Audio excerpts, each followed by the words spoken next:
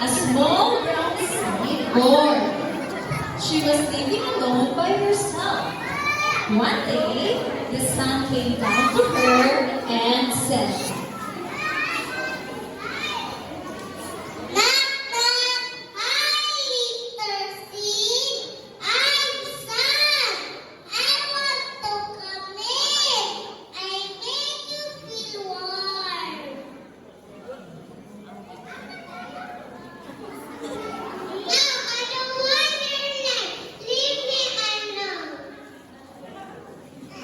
the sun went away. Next day, rain came.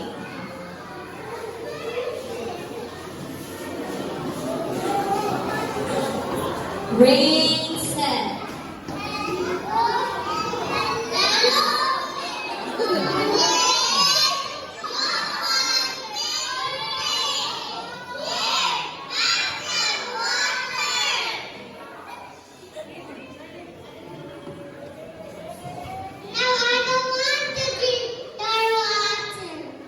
the rain went away. Then wind came. They tried to push and open the door of the seed house. Wind said,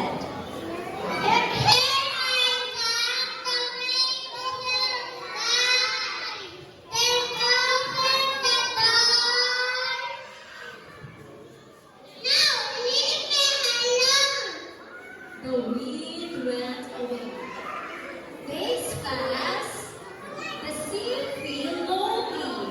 She realized that it's better to have friends. Then she think about the sun, rain, and wind.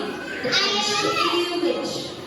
I wish to make friends with sun, rain, and wind. The sun, rain, and wind hear the seed wish. They agreed to make friends with seed.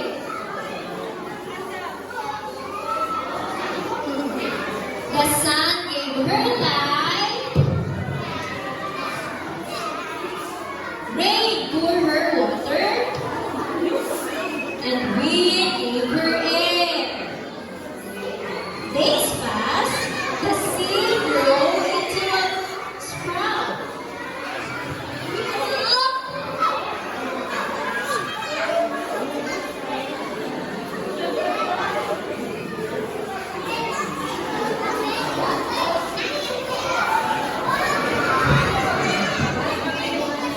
And the sprout grew into a beautiful flower.